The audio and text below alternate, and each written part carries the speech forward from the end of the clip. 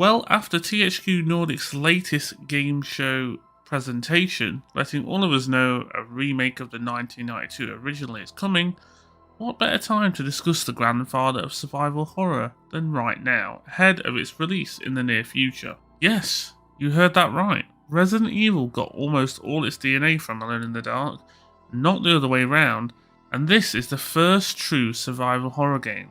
So let me explain. Now, it's true to say that yes, Resident Evil was the first game to be labelled with a survival horror name, but it's what came before that we will be focusing on. Games leading up to Alone in the Dark, and some even after it, had these horror and survival elements meshed with an adventurous tale of survival. However, it was never marketed as this back on its release in the 90s. It wasn't until 1996, 4 years after, that Shinji Mikami would be inspired by Alone in the Dark and take it that step further to make it a fully functioning horror playhouse.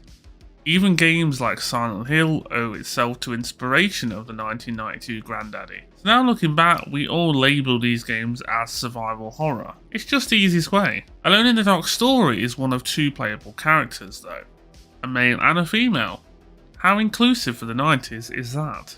Edward Carnby and Emily Hartwood are your two protagonists investigating the dark and gothic manor, each with a different reason for their visit, involving a request regarding a piano. The game itself is also set in 1920s America, Louisiana to be precise, so expect some dated stereotypes, language and behaviour. The plot revolves around an evil entity haunting the property.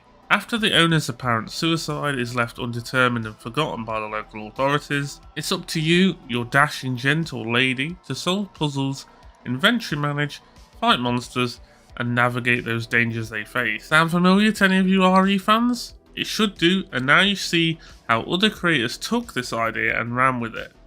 Because if we're honest, Alone in the Dark was a clunky mess and early days for interactive 3D games, so it's not great to play these days either.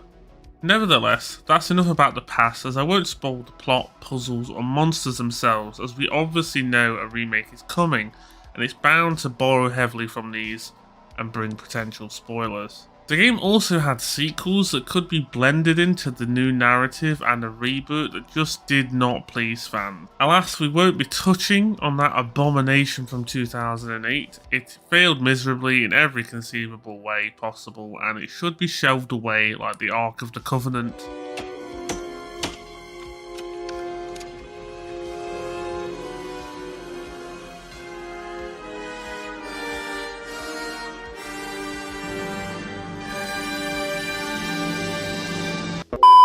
This time we have a from the ground up total remake and reimagining of the original 1992 title, in current generation fidelity, controls and storytelling. THQ and Pieces Interactive have unveiled a beautifully dark, gothic and twisted resembling reboot of sorts for the Alone in the Dark franchise. It's promising to follow the original plot but intensely more fleshed out. In turn, it wishes to resemble that of similar recent remakes such as Resident Evil 2 and 3. How about that? A game being inspired by another game and then in turn inspired by its child. Magic. The world of gaming and creativity is just endlessly surprising to me. Edward and Emily are also set to return with full voice acting this time, modern gunplay and new remix soundtrack to accompany it. Think of it as all those past elements being updated and amalgamated for a modern gaming audience. Sounds fantastic, right? A small number of changes have been mentioned to be implemented with the 2023 reimagining though. One such being that the two main characters we know, Edward and Emily, will also have two different stories within the experience to create the definitive Alone in the Dark story. Not so much like Leon and Claire from RE2 Remake, where it's merely a handful of meetups, two different perspectives but essentially the same narrative. This will be more like two entirely different experiences with varying plot points and specific characters you will or won't see. This also changes towards the environment and the setting. Deseto, I think it's pronounced, Deseto Manor, being a departure from what we know as an abandoned manor owned by a wealthy dead uncle to a now mental hospital with wealthy people taking residence within. Jeremy Hartwood will also still play a part in the story as Emily's uncle and the initial reason for your visit, but he's no longer dead, merely missing it appears. You'll also get to explore its grounds, what seems to be a nearby town or village, and surprisingly a mirror dark world much like Silent Hill that you can venture through via portals. Imagine it to be like the recent Medium game by Bloober Team in that regard. Combat seems more focused too, with standard melee, pistol and shotgun confirmed with the trailers and gameplay footage we've seen, which we've vastly improved over the original to say the least. Just trying to hit something in that 90s game was like steering a wardrobe through jelly, and while that sounds fun, trust me it's not. Although arguably the most exciting aspect for all of this personally, and hopefully a lot of you will agree, is that the narrative piece of Alone in the Dark's remake is being penned by none other than Michael Hedberg, the writer responsible for Amnesia, The Dark Descent and Soma.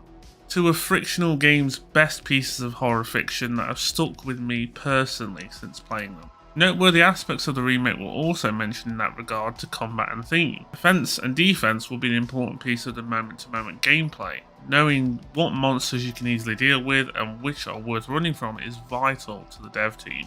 The developers also promised a different take on what the survival horror genre has come to mean. The original inspiration for the 1992 entry was very much H.P. Lovecraft on what we know now as Lovecraftian themes, a focus on dark, brooding and atmospheric forms of psychological and horrific dread. We're not entirely sure what they mean by a different take, but it's fair to say that this is an exciting time to be a fan of horror, Lovecraft, Alone in the Dark, or just general gaming with this announcement. After all this, hopefully now you have a more personal understanding of what the franchise is and what to expect when it's estimated to release on PC, PlayStation and Xbox consoles. That's all folks, that is the Alone in the Dark kind of explanation and kind of recap and information about the new remake for just anyone who needed to know. I didn't know a lot myself about this. I did dabble with playing the original a while ago and it was cool but horrendous at the same time. I didn't like the reboot in 2008 and I'm really looking forward to the vision and direction they're taking the new remake for 2023. So let me know, have you played the original? Did you play the reboot? Are you planning to play the remake? Do you like HP Lovecraft? Do you like other survival horror games? Let me know all down below in the comments. It's all appreciated. And thanks for watching as always.